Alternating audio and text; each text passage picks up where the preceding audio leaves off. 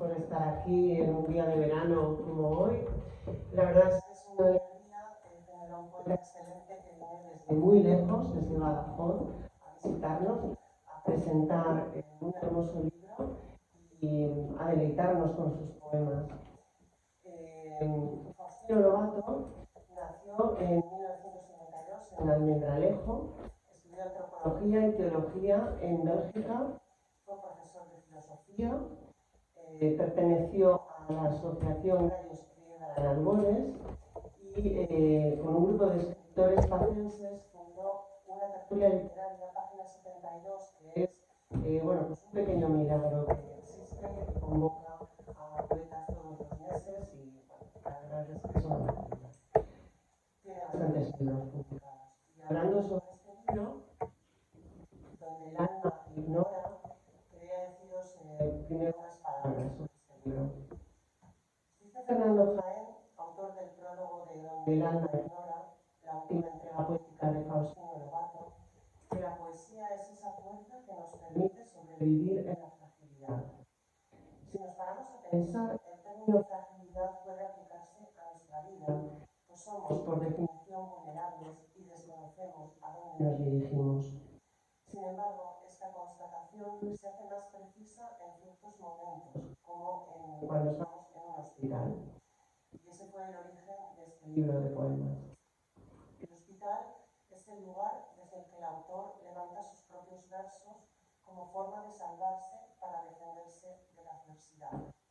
Es también el punto de partida de un viaje que le lleva al deslumbramiento, del encuentro consigo mismo y con los otros. Lo dice Faustino en el primer poema del libro. Esperar en un pasillo de hospital marca el tránsito de la existencia, acerca a lo provisional. Éxodo es el título de la primera parte del libro y esta palabra simboliza ese viaje obligatorio que todos hacemos al transitar por la vida. Un viaje que en este caso queda circunscrito a un recuerdo, la habitación de hospital de la que el autor no puede salir. En realidad, este cuarto se convierte en una oportunidad para conectar consigo mismo, con el silencio. Es difícil lidiar con las emociones que resurgen al ser humano entre los muros de un hospital. El autor al escribirlas nos transmite la sensación de confusión, desasosiego ante los acontecimientos, de desconexión. Y dice, mi cuerpo navega por un laberinto de luz artificial, pasillos anónimos, rostros sin nombre. Todos los que hemos estado alguna vez ingresados nos podemos sentir reflejados en estos versos. La estancia forzosa en un hospital, el desconocimiento de lo que a uno le ocurre, es el punto de partida, el lugar desde el que el autor, declinando su voluntad, mira a su alrededor y observa el misterio. Este declinar de la voluntad implica comprender la propia debilidad y puede llevar a una cierta lucidez. Por eso dice, cuando atraviesas la frontera de ese permitir que otros tomen la partida y dejas de girar sobre ti mismo. Dejar de girar obsesivamente sobre uno mismo nos lleva a otras visiones más cercanas a la verdad. También confiesa, estoy a merced del imprevisto. Esta constatación de situarse a la intemperie con la vulnerabilidad a flor de piel, merced de los otros y de la medicina, le lleva a anteponer una vez más el valor de la poesía en medio del caos y de la confusión que está viviendo. Por eso dice, los besos calman los ruidos en la esquina de mis ojos. La estancia le permite abrirse al mundo, a ese compañero de habitación, lo que les hace pasar de ser seres desconocidos a ser cercanos. De esta manera estamos abiertos a lo extraordinario también en una situación aparentemente difícil y gris como un ingreso hospitalario. A través de la reflexión poética se produce el deslumbramiento de la verdad, sin cegar, con suavidad, como imagen reflejada en el espejo. Volver a casa es el título de otra de las secciones del libro. La poesía sigue ocupando un lugar fundamental. Y dice, los versos me aproximan al borde del ser, me envuelven. Al regresar a casa, a lo cotidiano, el poeta recupera la confianza para poder revivir hasta lo desagradable y renacer en medio del sosiego, entre las paredes del hogar. La enfrentarse cara a cara con la enfermedad hace que el autor se centre en lo importante, con una especial clarividencia, que es uno de los hallazgos que podemos encontrar en la buena poesía. Y por eso dice, lo sencillo gana aunque desconcierte. Asumir la propia fragilidad implica comprender que solo la razón no vale, que en realidad todo sucede más allá de la razón. Y la última sección del libro se titula Temblor. El poeta supera su historia personal, sale de sus coordenadas para dirigirse a los otros, esos que le abren a la existencia, a la vida, por encima de las palabras y se convierten en el norte. El otro es alimento para las ganas de vivir, el lugar donde aprender, donde reflejarse como en un espejo. Y también en esta sección aparecen las revelaciones que ayudan. Cuando el sufrimiento acecha, consuela acercarse a la verdad. La verdad siempre es lo que nos hace libres, por tanto hay que superar el pánico que la acorta. Es el temblor el que le lleva a valorar el presente, a vivirlo a tope y sin dilación. Y dice, me sorprende este milagro de vivir y saborear el instante. Realmente este libro es un homenaje a la vida, al milagro de vivir y de unas circunstancias duras para el autor ha sabido construir belleza. Así que te quiero dar la enhorabuena, Faustino, y os pido un fuerte aplauso para él.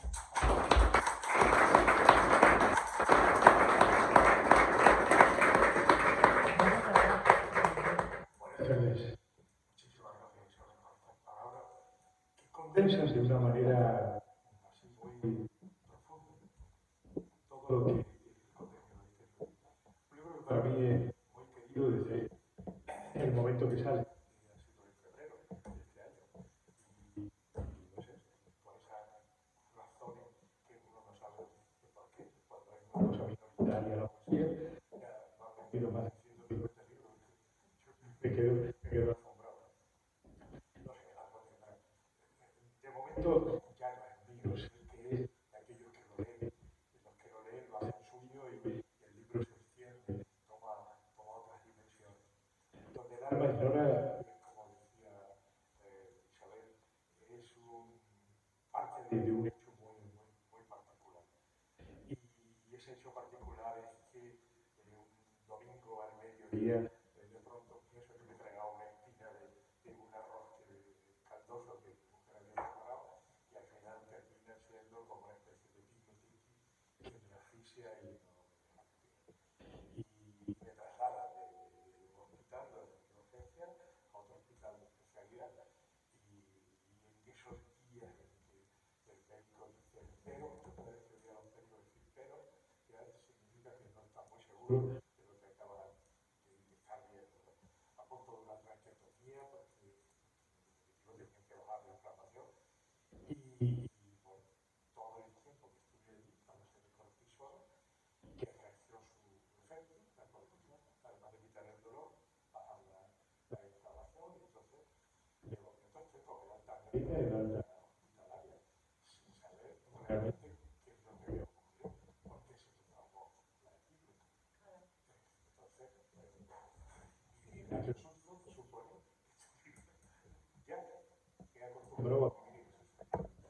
¿Y cómo pensaste en hacer un libro sobre esta No experiencia? Solamente lo único que me ayudó con la riña consiguiente de la enfermera es ir escribiendo aquellos momentos de emociones o aquellos momentos en los que me sentía mal. La cama, un compañero, una ventana enorme, grandísimo, a través del cual oía los vencejos chillar en aquel patio de hospital y un teléfono móvil, y las notas iba escribiendo aquello que me venía, que tenía necesidad de escribir. Cada vez que estoy en casa escribo.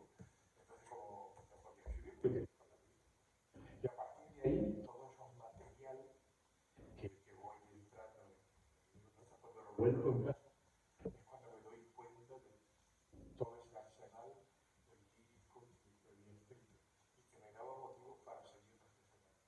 ¿Léenos algo, por favor? Sí. Yo os leo el primer poema, lo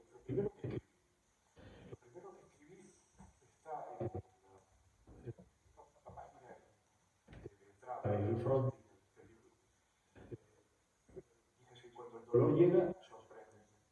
Asalta por los rincones del vida. Ahí donde el alma ignora, el río es muy amar. Eso fue lo primero que escribí. Eso fue lo primero que escribí cuando ya llego a casa. Porque los otros materiales me empiezan a acompañar. Y no es fácil, es como una especie de ajuste de bolillo, tener que escribir. Porque cuando empiezo a leer, me provoca el mantenerme en silencio y guardar distancia con aquello que he escrito, porque me provocaba hacer otros poemas. Eso has dicho, lee algo, leo lo que de alguna manera se convierte en la entrada así, al libro, que le da título incluso al este, porque no sabemos muchas veces lo que supone hablar. No sabemos. Sencillamente amamos y ya está, sin preguntarnos más, ¿sabes? Y entonces, cuando digo donde el alma ignora el río de amar, porque el amor a veces se vuelve doliente, ¿no? Nos pasa a todos, nos enamoramos, después desesperamos.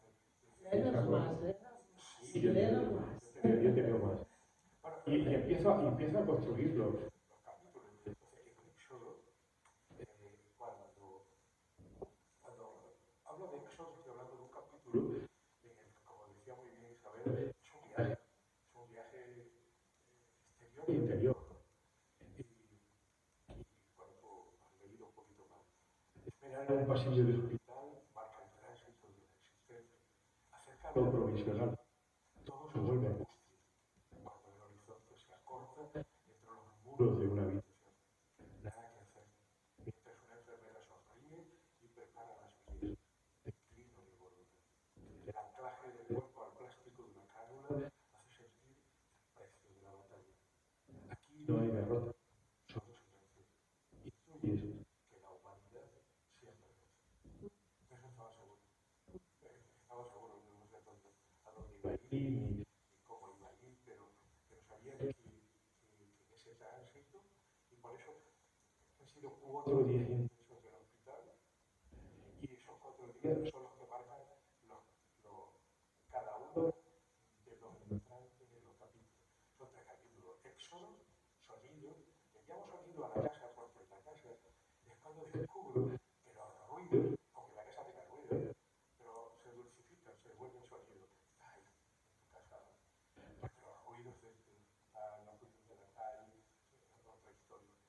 Y el último capítulo es tremor, el temblor. El temblor que te da cuando estás delante de otro. Estás delante de otro que no conoces o que estás conociendo. En el caso de Saúl, que era una persona anciana que estaba al lado, que me cuenta su historia con su perro y cómo entra y sale en su casa soltero y solamente con una sobrina que le cuida, que le controla. Pronto empiezas a descubrir que el otro, la otra persona que está al lado, ya no es un ajeno. Es alguien que está compartiendo contigo muchas cosas. Y eso me dio para escribir ese otro capítulo del tremor, del temblor, ese temblor, ese respeto, ¿no?, que te da estar delante de otra persona. Esos son los 3 capítulos, pero los 3 capítulos yo no sabía que iban a salir así. Es decir, surgen después de ir leyendo todo este material, ¿no? Os leo un poema del primer capítulo, que está en el más frágil. El espíritu calla desiertos. Esta fragilidad del campo de batalla. Que lo acepto y disuelve mi nombre. La finitud que rompe su oleaje en el ritmo de lo humano. Cada vez más frágil en estas penas sin compás que desnuda mi alma. Fragilidad de esta carne que muda el canto y moldea la frontera de este cuerpo hecho agua. Cada vez más frágil, sin palabras, ante el misterio que me circunda. Es decir, el material es alguno de estos versos, lo demás es una reflexión en torno a ese material. Bueno, si te paras a pensar, el estar ingresado, si no te encuentras demasiado mal en ese momento, es como una forma de conectar contigo mismo y de parar, ¿no? Sí. Por eso produjo un libro de poesía. Sí, exactamente. De hecho, cuando estaba escribiendo uno de los poemas de este primer capítulo, sí había escrito unos versos, porque una de las leo el poema entero y yo digo dónde está el núcleo de ese momento, ¿no? Los ecos del pasillo, digo, si se fusionan con los rumores mínimos de la habitación, tengo el pensamiento en internet. En este páramo extraño, el pesar resbala suave por el borde de la cama. Las voces se multiplican, un coro de luces despeja las sombras. Los vencejos vuelven a chillar con pausas. El espíritu desea escapar a casas. Las ausencias tienen sabor a llanto. Deseo abrazar a mi hijo. La carne reclama sin sueño el intacto.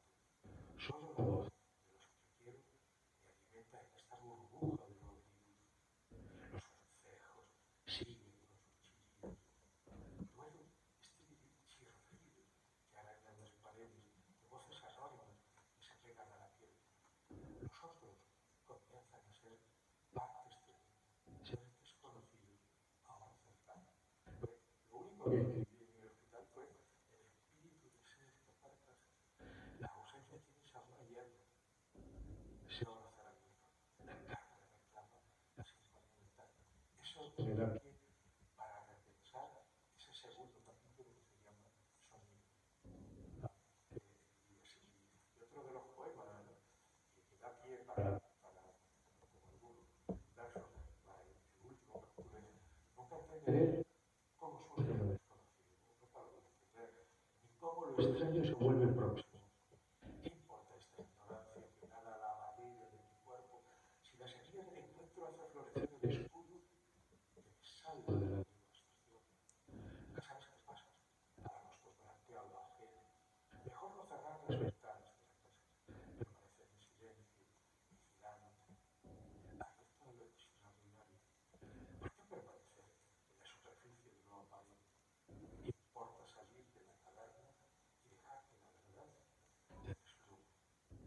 Siempre está el riesgo de equivocarse, y esto es mejor que morir en el tedio de la rutina. Así, mi compañero, le dediqué este poema, no podía por menos, ¿no? Pero en realidad aquí empieza lo que se llama el replantearme, que hay un tregua, que hay siempre hay otros que están a tu alrededor, que no conocen y que pueden de alguna manera ayudarte a provocarme muchas cosas, provocarme un capítulo de libro, por ejemplo, ¿sabes? Y bueno, en este propio capítulo hay otro poema que me gusta especialmente, que es que da al final, de alguna manera, todo y lo cierra, ¿no? Que es ese sentimiento que tiene enseñanza de acción. Y dice así: arrancar lo viejo sin mirar atrás, decir no a la rutina, parando la inercia de esta rueda que me ata a lo de siempre y ahora, arrancar el lastre de los días, los descuidos, las medias verdades, los miedos, el egoísmo, el narciso, arrancar abriendo espacios para que nadie sople entre las vértebras de tu cuerpo, sin buscar la imagen perfecta, arrancar los secretos de este hombre largo, confundido ante las encrucijadas, arrancar todo, permitir que la palabra balbucee tu nombre, sin la pesadez del adjetivo, sin el adverbio grandilocuente, arrancar esta selva que asfixia el jardín donde tú paseas y me dejas existir. Este último verso no he querido que salga de ninguna manera porque es uno de los capítulos de Génesis. Y dice: y el hombre paseaba, y Yahvé paseaba con el hombre, ¿no? Y me sale como repente. Arrancar esta selva que asfixia el jardín donde tú paseas y me dejas ahí. Hay veces, yo soy un poquito agnóstico, tengo que reconocer, pero en ese poquito hay otro poquito que entra como una especie de ir descubriendo el misterio de lo otro, y lo otro muchas veces de otra manera de creer. Y justamente cuando estás en una situación de hospital, te van a cambiar cualquier cosa.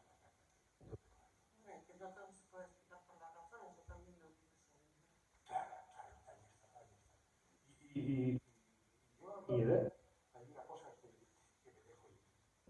Yo cuando fluye una cosa, porque agarrarse a una sin razón me parece perverso. Pero no. Y bueno, así culmina este primer capítulo de Éxodo, diciendo arrancar todo, hacer lo viejo, sin mirar atrás, con la mujer de los ir hacia adelante y si miras para atrás te conviertes en estatua de sol. ¿Y por qué el título? ¿Dónde es la imagen? Por este primer versículo, ya, cuando empiezo a analizar todo, ¿qué me ha pasado, no? Y lo vuelvo a ver, cuando el dolor llega sorprende, asalta por los rincones de la debilidad, ahí donde el alma ignora, perdemos su alma. Y entonces pensé que el mejor título es Donde el alma ignora, porque ¿qué es lo que ignoramos muchas veces? Sin ponernos exquisitos, Lo ignoramos ni todo. haciendo psicología. Cuando yo quiero a una persona, perdón,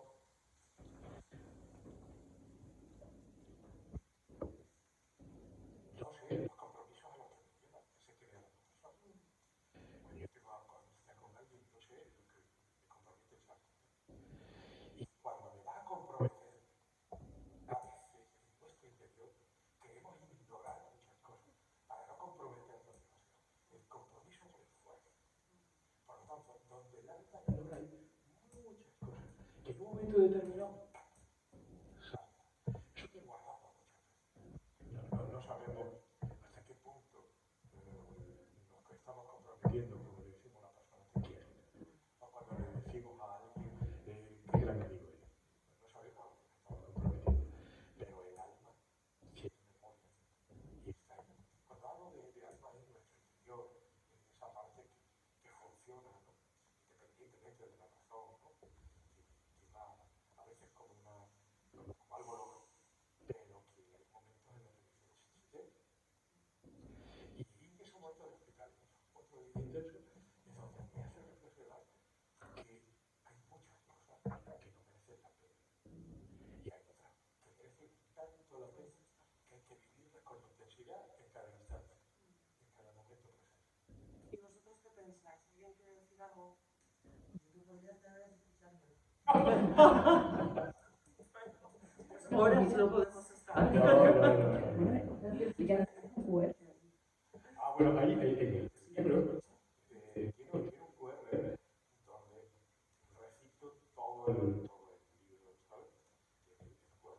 El QR se lo debo, el poner el QR en el libro desde hace como 5 años, se lo debo a 4 personas accidentes que cuando a vez que le enviaba a amigos míos, a vez que le enviaba el libro, decía, ¿qué tengo que escuchar tus poemas con una maquinita que me dice, grábalo, envíame algún poema? No hago un poema. Y además eso se lo debo también a mi mujer, que me dijo, haz un poema, ¿no? Para que la gente escuche. Y así, empecé poniendo recitas muy bien, en los marcos. Bueno, me dio de comer durante un año en la serie. Estoy trabajando ahí, ¿sabes? Entonces, bueno, tenemos a Alejandro Viro, que es profesional, que hace cosas maravillosas. Porque el cuadro tú lo pasas con la maquinita del teléfono, con el escáner, y de pronto se convierte en algo interactivo. Pues para ti, para arte, ¿no? Y eso es interesante. Bueno, pues, el primer capítulo. Quiero traer el segundo capítulo porque me parece interesante. Cuidado porque todas las citas, estos textos que acompañan en las entradas de los capítulos, no están puestas por casualidad. Es decir, son cuando tienes el libro recompuesto, cuando lo dejas que se enfríe eso, como digo, en el congelador, ¿no? Sin tomar ninguna decisión. Sigas leyendo, yo soy leo más que escribo. Con lo cual, eso hace que en algún momento digo, qué interesante esta expresión que podría introducir a quien lo lea en este capítulo, ¿no? Y en algunos capítulos se me unieron, pues, 1, 2 y 3. ¿Sabes? Bueno, verdaderamente hay gente que dice que los que escribimos lo que hacemos es el resultado de todo lo que leemos. Pasado por nuestro filtro de lo que vivimos, ¿no? Claro, Pero la lectura, claro, es imprescindible. fue en el segundo capítulo, el sonido, digo así, volver a casa, a los paisajes de costumbre, a las voces diarias de la confianza, volver al ritual del habitáculo común, donde todo tiene la marca de soledad, exhalar el pulso de lo cotidiano que emociona, atravesar la frontera de la rutina, impedir el desastre de olvidar lo mínimo, lo pequeño, y abrazar lo humano, volver a vivir hasta lo desagradable y renacer en medio del sosiego que respalda este lugar. Aquí no hay extrañeza, los sonidos no acobardan, provocan la resistencia, la luz del silencio me abraza en este deambular extraño. Volver a casa, a mi Ítaca, donde poco a poco voy dejando de ser un desconocido de Dios. Porque, es verdad, yo no me conozco, pero a medida que vas hablando cosas no sabía yo de esta sensibilidad me dolía esto, tal. ¿Escribimos para conocernos? No, escribimos un poco como, yo lo hago como para expandirme. A veces es terapéutico para mí. Bueno, es muy terapéutico, pero ¿no te pasa que al leer cosas que has escrito Ah, hace sí, tiempo dices, sí, ¿y este era yo? sí, ¿Y sí, quién soy yo? sí, sí, sí. A mí me ha planteado muchas las lecturas escritas, pues me plantea en este momento ciertamente algunas etapas. De hecho, aquí también, y lo leeré después el poema, hay poemas que, en mis libros que son cuestionamientos que yo desde los propios versos, desde los propios versos. Es que hay poetas, por ejemplo, Ángeles Mora, en una entrevista que le hice, me dijo una cosa que me gustó mucho, que escribir te permite conocerte porque al leerte es como si te desdoblaras, haces un desdoblamiento y llegas a partes de ti que no estaban ocultas. Ese desdoblamiento es lo que yo te digo. Cuando ya lo dejas de enfriar todo, ¿no? Y vuelves a revelar las cosas. ¿En qué momento he escrito yo esto? Claro, ya cuando confeccionas todo, ¿no? Este categoría, y vas leyendo algunas cosas, pues, a veces por corregirlas, otras veces sencillamente porque te llaman la atención algunas expresiones, las que has colocado ahí, al cabo de los meses, porque algo de esto tiene como 2 o 3 años, ¿no? Entonces, se guarda distancia, pues te das cuenta que hay cosas que están de doble, claro. Aquí hay unos cuantos poetas. ¿Vosotros qué pensáis? Que nos acompañan hoy. Nadie quiere decir nada. Pues vale. Yo. No, tú no vales. Bueno, quiero leer un poema que está en mi sonido, se lo dedico a mi mujer, siempre está ahí, mi mujer siempre está ahí. Y digo así, en este habitáculo siempre nuevo de las casas, los silencios se diluyen en la mirada de los otros. Los buenos días preparan el ritual del mundo. Una brisa suave recorre los rincones. Estoy en casas, puertas que se abren, voces que se alejan. Tiemblo en el hueco de mi alma. Estoy en este círculo que arde con las caricias cercanas. Nada sucede al azar. Los versos me aproximan al borde de las casas. Me muero. Eso es fantástico, ¿no? Me aproximo y me vuelvo densa. Es fantástico. Es como la poesía que ayuda a desvelar el corazón humano, ¿no? Sí, sí, así es. Y hay un poema que está de versos, en el paso del tiempo, y en una bajada al cortisol, no sé si habéis tomado alguna vez droga, pero es realmente una droga. Tuve que ir al centro de salud para decir qué me está pasando, porque es que se me desgrana el cielo. Todo esto escribí un poema después de 2 semanas de lo que me había ocurrido. Y es que se lo decía al inventor de la cortisona. Y el poema dice así: hoy siento mi casa llena de nublados, de vacíos, surgen voces de escondrijos extraños que se abaten sobre mi pensamiento. Me precipito en un abismo de emoción. ¿Cómo salir de este andén frío? Hoy no quiero escuchar el reclamo de los otros. Todo está lejos, todo está lejos. La apatía asoma en esta casa. La fragilidad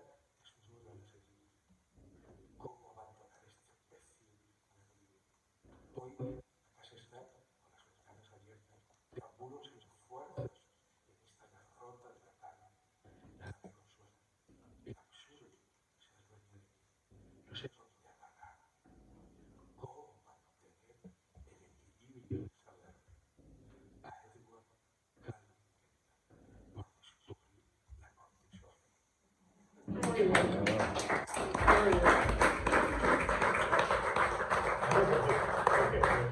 Estaba jugando, porque después hay que dar la cortisona por trama. Y claro, por aquel chute de sangre no es lo mismo que estar tomando pastillita. Entonces eso fue lo que me provocó. Menos mal que lo explicó la enfermera en el centro de salud, porque yo estaba asustado diciendo, estoy en una depresión profunda. Sí, sí, pero es la depresión me dijo, propia del drogadicto. Y bueno, ¿qué le vamos a hacer? Os leo, se lo dedico a Juan Manuel, que es el que hace estas ilustraciones. Tiene una ilustración muy así, el Cristo en portada, y otras ilustraciones en algunos de los capítulos. Y se lo dedico a Juan Manuel, que es un tertuliano. Ya lo dijo Isabel, soy el secretario y no me echas ni con agua caliente. Y quiero irme de secretario de esta tertulia. Entonces, bueno, en esa tertulia, todos, cuando queremos algo como para salir, se lo presentamos 15 días antes a todos los centros que nos invitan. Y en esos 15 días de la reunión, vuelve cada uno con aquello que le ha parecido. Pues mira, aquí te falta, a nivel estructural, te falta un punto, te acepto, una coma, tal. No sé mi caso, pero. Y algunos te dicen, oye, pues esto fue claro, me dicen, ah, bueno, el caso es que alguien llegó con Manuel, perdón, no llegó con algo para discutir, sino con cuatro ilustraciones, tres ilustradores, y dice, esto es lo que me ha dicho el libro, esto es lo que me ha dicho el borrador que quiere publicar. Y me presentó esas ilustraciones que tú has visto, son magníficas. Pero a él le dedico un poema. Él era además fisioterapeuta, y una persona tímida, encantadora cuando habla de las voces, porque sabe lo que está diciendo. Y le dediqué un poema que me parece importante, que decía así, deshacer el infierno, pero no el desierto, deshacer la angustia, pero no el dolor, deshacer el olvido, pero no la memoria, deshacer la soledad, pero no el silencio. Y lo hice pensando en él, porque de lo que no nos libramos y de lo que más nos ayuda a llevarlo a él, el desierto, el dolor, la memoria, el silencio. No es que los otros no sean importantes, que son importantes, pasar momentos de infierno, es importante, pero pues, pueden pasar. Pero lo que no pasa es mantenerte en el desierto, porque te encuentras aquí. ¿Vale? Y así, no quiero explicar un poema, porque es como contar un chiste y explicar un chiste. ¿No? Y bueno, estoy terminando el libro. Nosotros habíamos vendido la casa de mis padres, que hace ya unos cuantos años que murieron, con una diferencia de uno del otro, unos cuantos de años. Pero al final mis hermanos decidimos venderla porque la casa era buena. Y cuando estaba terminando el libro, que son 100 años que digo, me llama mi hermana la pequeña y me dice, mira que si vienes al Almendralejo, yo soy de Almendralejo, pueblo de abajo. Si pasas por la calle de los padres, te vas a encontrar que la casa la han tumbado. ¿Dónde está la casa? Ya de por sí, sacar todas las cosas de la casa para venderla ya le dio susto. Y tardé tiempo, tardé en recuperarme. Y cuando ya me recupero, porque todas estas cosas después salen cuando te recuperas. Algún verso que otro sale en ese estado alfa en el que no entiende nadie el escribe. Pero después de pasar un cierto tiempo, escribe. Lo pongo en presente, claro. Hoy han dicho que la casa de mis padres, donde crecí, servirá para nada. La casa de mis padres todavía huele a pan y a sonrisas. Allá no contenía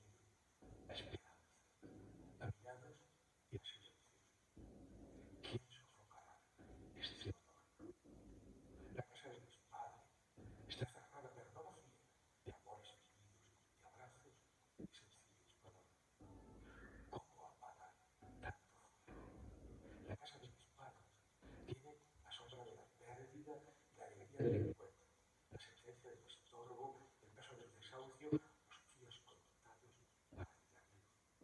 ¿Quién levantará la pala de la rastra? La casa de España, donde dominaba la lluvia del otoño y sentía el vértigo de la gente, su discreto hablar transeúnte, como callar el recuerdo. La casa de mis padres, el espacio donde escribí las 7 vidas del gato y soñé futuros inciertos. Refugio y paz. ¿Quién borrará la huella del verso? La casa de mis padres es un poema, unos versos de amor antiguo, la tristeza de saberme morir y vivir. La casa de mis padres, Alejandro Marifeli, mis hermanas, y todavía se les salta la nariz. Es que yo creo que es muy duro para todas las personas el ver que derrumban la casa donde creciste. Pero un buen poeta, un gran poeta, sabe hacer belleza con eso. Cierra el capítulo, donde lo colocaba, cerrando un capítulo, primer capítulo de la casa. En el siguiente, que hay que del temblor, me parece que es algo interesante, ¿no? Os leo un poema que es con Rodrigo, porque no es a Rodrigo, sino con Rodrigo. Es decir, este poema surge porque cuando yo estoy ahí, pues haciendo tareas con mi hijo, yo soy padre adulto, adultísimo, y mi mujer también es adulta, no tan adulta como yo, pero sí, llevamos una diferencia de casi 18 años, entonces, bueno, eso es importante. Entonces, Rodrigo tenía que hacer tareas, todas las tareas están en este poema, todas las tareas. Saltan las imágenes, las estrofas surgen con la huella de los pies. Un tejido de palabras envuelve los versos. La memoria se detiene en los instantes llenos de miradas y risas, de enfados y silencios. ¿Cuántas solemnidad en los archivos? Signos que apuntan a frases con el eco de un lápiz en la letra. Números que suman o restan. Cálculos imposibles que terminan en el instante. Una tarea que la puebla el universo. ¿Cuánta vida abierta a las sorpresas? Juego sin exceso de pantalla, que se pega a los vocablos y a la conversación. Preguntas por responder en esta maraña robótica difícil de frenar. Mantener el vuelo, ser ícaro con deseos llenos de luz. ¿Cuánta existencia? Con si os compráis el libro, me imagino que algunos se lo comprarán y lo leéis, descubriréis que hay, pues estoy haciendo las tareas de cálculo, la suma, la resta, que en ese momento tiene que estar conmigo. Y lo dedicamos porque es que ese hijo, a veces desobediente, que quiere su vida tan suave, no, tanto no, ¿no? Entonces le dedica lo que cae, ¿no? Entonces, claro, digo, los hijos, tranquilo, tanto. Creo que mereció la pena echarlo en este término. Porque es cierto, yo voy hacia abajo, Rodrigo hacia arriba, y en ese tránsito de conocimiento, de enfrentamiento de unos con otros, ¿vale? Pues creo que uno se descubre y yo me sigo descubriendo. Claro. Son muchas cosas que no las puedo decir delante de él, porque dice que le da. O leo otro poema, que se lo dedico a un poeta, que es José Antonio Bernasco, poeta de Badajoz, que arranca con un libro, sigue con el mismo libro y nunca le pena ese libro. Y un día, estaba abajo, me dice, a ver si me dedicas un poema, quiero que me dediques un poema. Y entonces cuando estaba haciendo esto, claro, conocer a José Antonio Bernasco, un hombre que se queda sin su padre, sin su novia, que vive un drama, y que le tengo que decir, hijo, un poquito más alegre los poemas, dale un poquito de respiro. Pero le dedico el poema. Dice así: hay mañanas que el otro es esa parte de ti que refleja lo que no quieres, la naturaleza al revés, la protesta que no deseas expresar.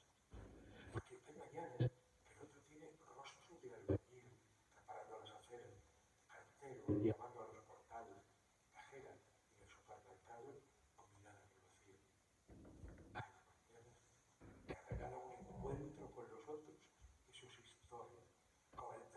transeúnte que te cruzas por la calle, como el vecino que cierra el portal sin saludarte.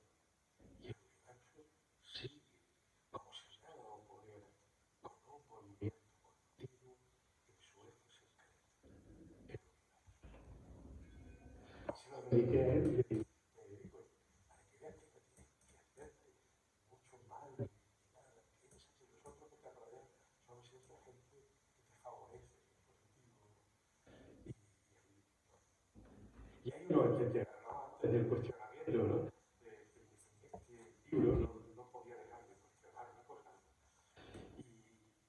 Y al final, bueno, los poemas finales de este capítulo, digo así, ¿cómo mantener el pulso de la luz en medio de la sombra? Abrazar la vida y sus tormentas, frente a la muerte y sus presentes. Crezco en la inquietud del no saber, y tú en el trazo del trazo. ¿Cómo sofocar el recelo ante la duda? Si la confusión tiene el rostro de Adán, apartar el lado de la sinrazón, si la locura es parte del sistema, salir de este barrizal del diario cuando duele, tocar forma. Y tú en el dibujo horizontal de la tarde, ¿cómo acoger al enemigo sin remover las vísceras más profundas, rechazar el vacío de unas sonrisas, la torpeza de unas miradas?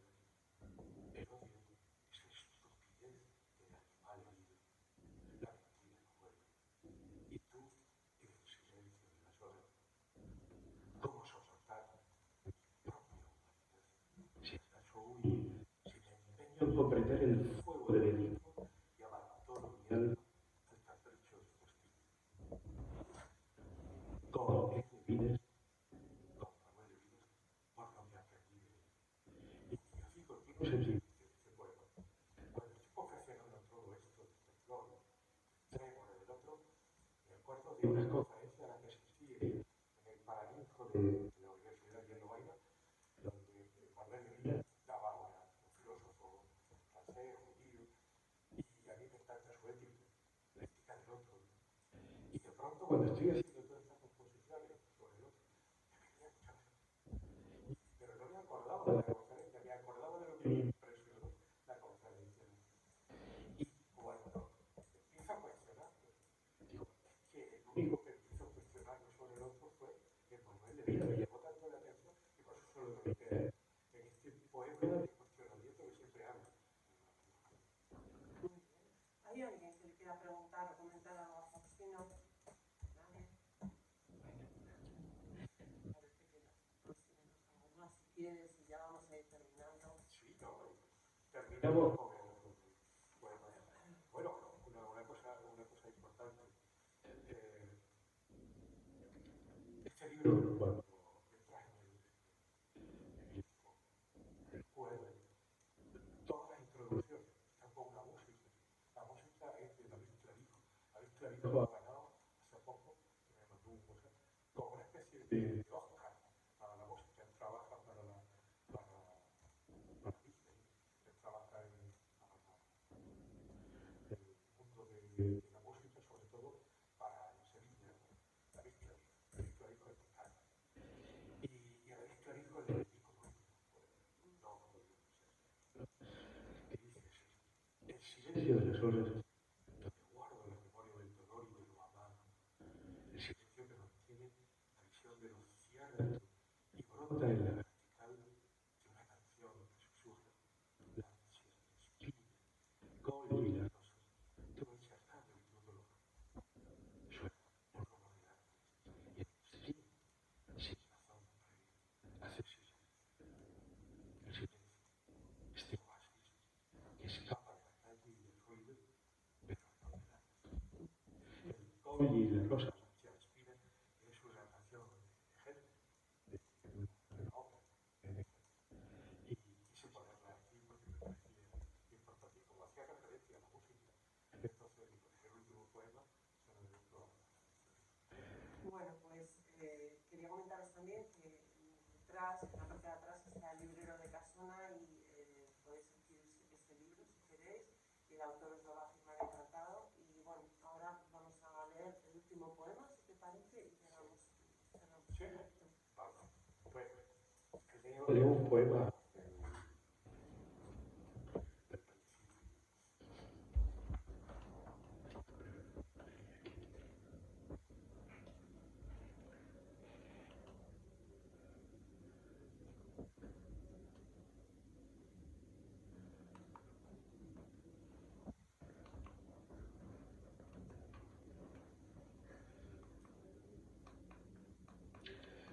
un poema que me parece importante. Dice, todo sucede más allá de la razón. Un duende de lo extraño marca los tiempos, secuencia y diseño a la vez. En medio de esta batalla, donde el color toma la partida, un temblor de presencia me devuelve a mi soledad. Y ser tú sin dejar de ser tú. Mundo de presencia sois vosotros que esta tarde tan amablemente habéis venido a estar conmigo y a compartir conmigo estos versos, pues me parece importante. Y ser tú sin dejar de ser yo. En realidad el libro es ser tú sin dejar de ser yo. Es meterte en un mundo donde